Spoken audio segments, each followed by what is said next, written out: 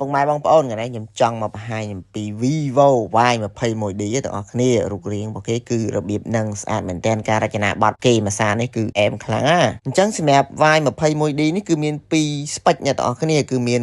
128ហើយនិង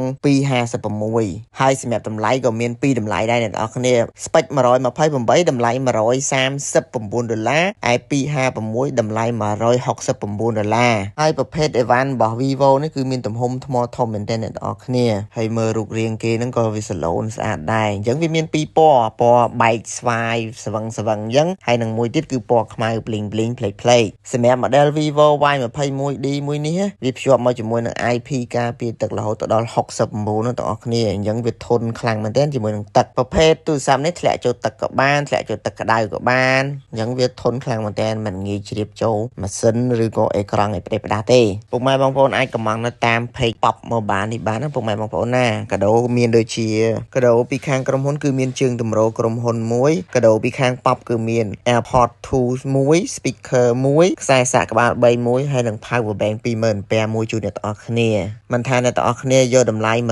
139ឬក៏169ទេ Pop free ជូនដូចគ្នាអរគុណជំរាបលាសង្ឃឹមថាអ្នកទាំងអស់គ្នាគាំទ្រ model Vivo មួយនេះអរគុណបាយបាយ